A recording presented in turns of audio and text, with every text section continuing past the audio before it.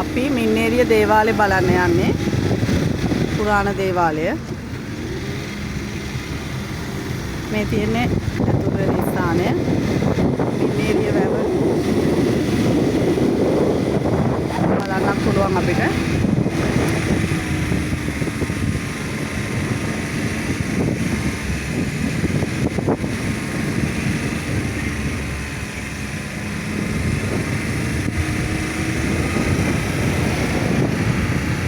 ඔය පේන්නේ මින්නේරිය වැව.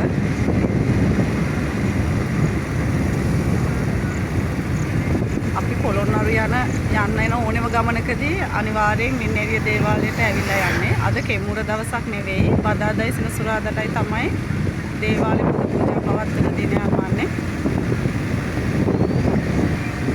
ඔයාලට එදාට ආවොත් රසම රස මුල් තැන්පත් කාලේ යන්න පුළුවන්. දැන් මින්නේරිය වැවේ වැව් බන්ටෙක් උඩ තමයි අපි ඉන්නේ. දේවාලයට යන්නයි සූදානම් වෙන්නේ. අද දවස මම කලින් කිව්වා වගේ මේ දේවාලේ වහලා තියෙන දවසක්.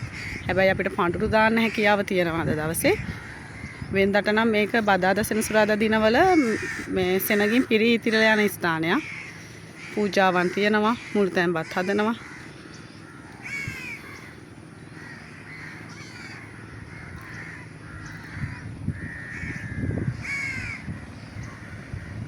හරිම ලස්සනයි වටපිටාව.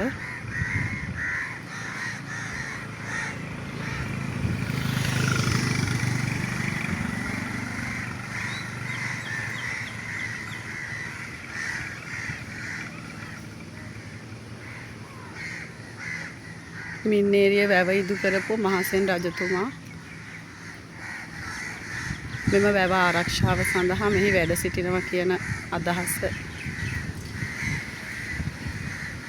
විශ්වාසයන් හැමෝ තුලම තියෙනවා.